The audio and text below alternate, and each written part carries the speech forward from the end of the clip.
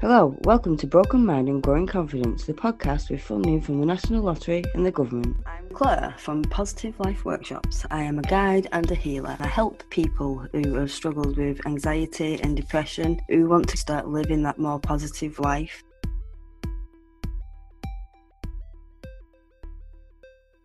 I wanted to talk about anxiety. I know it's quite a big subject and it's something that I kind of talk about a lot. But that's because it's something that I know a lot of people are suffering with, from stress, from work, from not working, from their own minds. There's many, many different things that can cause anxiety in our lives. And I think a lot of the time it's quite difficult to step away from these anxieties that we have because we're in the anxiety and we're living that anxious life, and that's kind of what we're doing. And it's the tools that I've talked about in the past and the tools that I always talk about, like your breathing and journaling and meditation.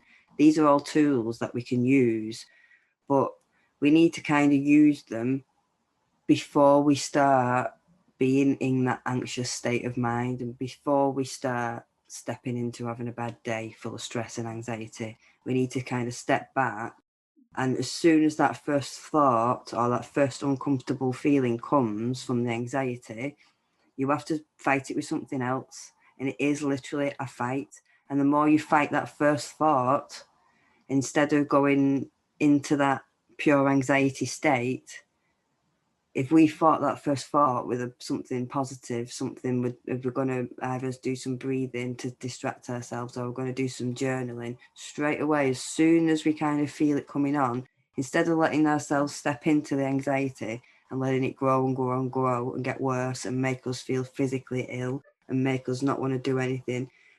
I've spoke about the symptoms of anxiety on my anxiety course.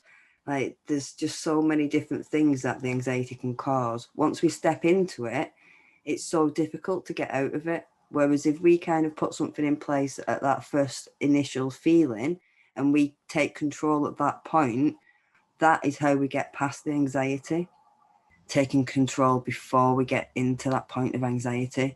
And I've just been having a discussion about kind of how I feel, and when I feel really bad and when I'm not good, and when I was really poorly, I used to listen to a lot of music. Now, listening to music is something I'd tell someone to do to step away from anxiety, but it's very important because when I was poorly, I would listen to music that would make me feel worse and that would exaggerate how I was feeling and exaggerate my emotions and exaggerate my thoughts and exaggerate my anxiety. And we have that choice. If I'd have put on a song that would have made me happy and dance around, that would have taken me away from that anxiety, and instead of growing it, instead of kind of allowing myself to feel it.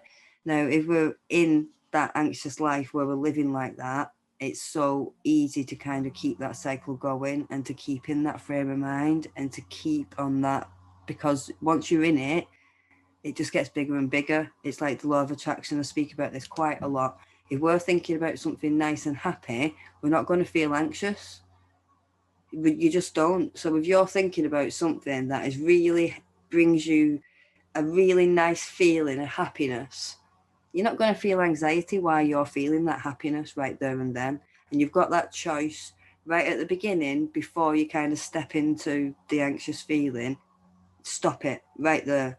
So as soon as you kind of, if you wake up feeling anxious, so I can only use myself as an example. I used to wake up in the morning feeling quite anxious. So if I was going doing a slime stall somewhere, I didn't know where I was going. So I didn't know the people, didn't know where I was going, didn't know how to get there, didn't know if it was going to take me ages to set up or if I had to walk dead far with my equipment. And the more I thought about these things, the more anxious I got. So instead of lying there thinking about all these things that could possibly happen or might happen, because every time I've actually been and done a slime stall, I've got there because I've got a sat nav. There's always been people there who will help me if I'm on my own to carry equipment or to help set up stuff that's quite big and large. And I've never, ever had any problems like getting there. So it's learning before you kind of start thinking about all those things and bringing them into your mind to grow that anxiety. Stop. Breathing is one of the first things that I do automatically now. because that's something that I've kind of programmed myself to do. And the second thing I do is start to think about things that I'm grateful about. That simple. As soon as that uncomfortable feeling comes, if you start to think about things that you're grateful about, like even if it's having electricity, having a roof over your head, having running water, being able to have a shower, being able to eat food whenever you need to eat food, having clothes, having a bed to go to sleep in, and having a duvet. And if you can kind of start thinking about all these little things that you're grateful for and actually start to feel how grateful for them you are, and you can feel that happiness, then like I just said before, when you're feeling happy and you're feeling that feeling, you're not anxious. And you've got that choice to kind of step back. And it's got to be right at the start, right as soon as you start feeling that. Instead of stepping into it and allowing it to grow, step back, take a couple of breaths, and think about the things that you're grateful for. Think about the things that make you feel loved, because love and gratitude are the things that make us feel amazing. And the more we think about those things, the better we feel, and the more of those things come into our lives. The more we think about the anxiety and the things that are causing us the anxiety, the worse we feel, and the more anxiety we bring into our lives. So it's a circle, the anxiety, and it's having to step out of that circle and having to put that thing into place.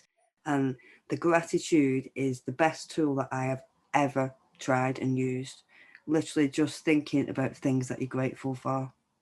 And it can even be, I'm grateful that I went to ladies' wellbeing session and we had a chat, and it's made me think about things in a little bit of a different way, made me put a stop to what I'm doing when I get into that negative cycle. I'm thinking, oh, well, if I don't think about that and I think about this, I'm going to feel better. And it's taking that choice, because that choice is yours and you can grow it.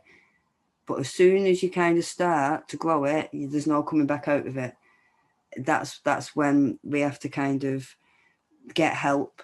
We need to kind of work out why we're living in that constant anxiety. Why can't we step out of it? That's when medication comes into play and things like that. That's when speaking to counsellors come into play. But if you can wind it right back and stop it as soon as you get that initial feeling or thought, that, or if you can feel your heart racing or you go in the toilet on and off, as soon as you get some sort of anxiety symptom, you're being a bit snappy with somebody or you don't feel quite comfortable, if something's not quite right, just step back and think about all those things. Think about the things you're grateful for. So I'm so grateful that I ordered this poster that I've got behind me in the ladies' wellbeing session, because it's all rainbow and bright and colourful.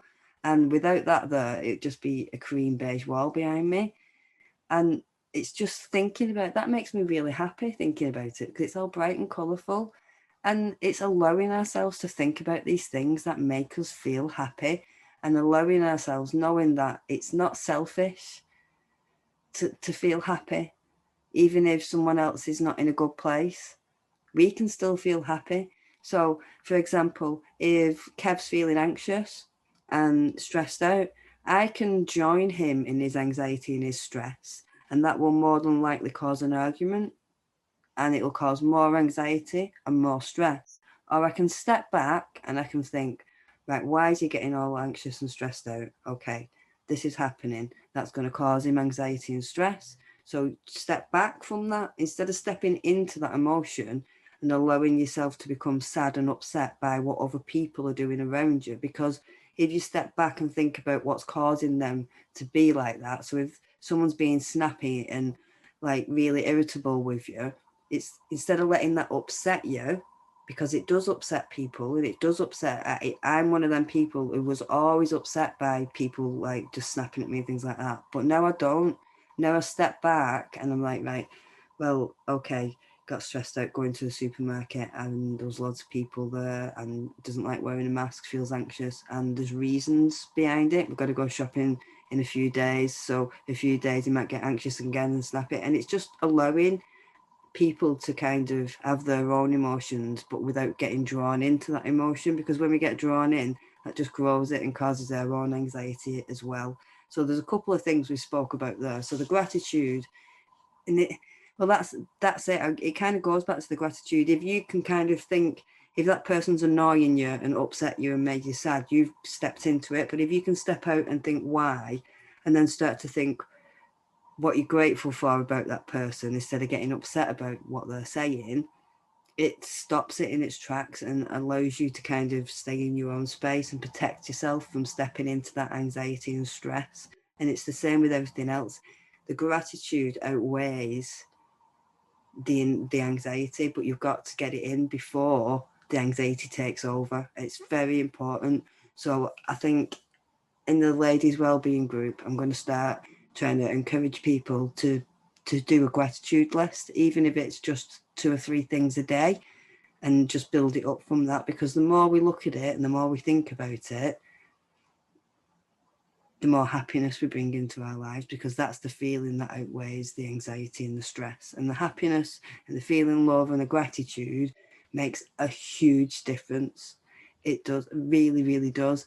And it's just stepping into it and allowing yourself to step into it, because it is possible. If I can do it from feeling stressed out and suicidal and like not liking myself at all, to wondering whether what I'm saying is wrong, to being confident and to be able to sit here and actually record a podcast and speak to ladies in the ladies' wellbeing session and things like that.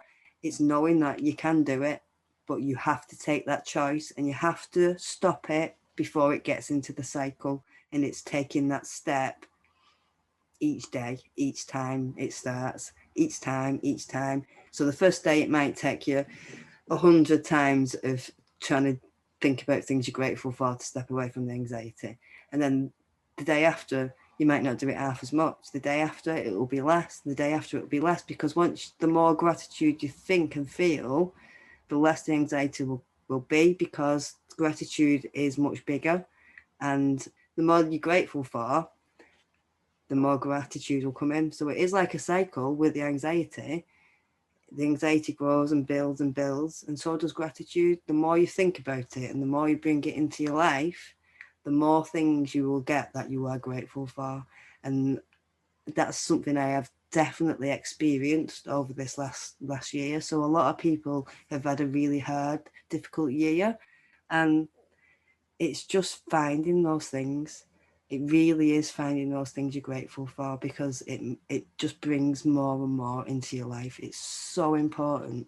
If anyone wants to talk about it, and if you're struggling to find the things that you're grateful for in life, I'm more than happy to have a chat with you. You can come over to the Ladies Wellbeing group on Facebook, or the Broken Mind and Growing Confidence group, and we will see you all soon. Goodbye.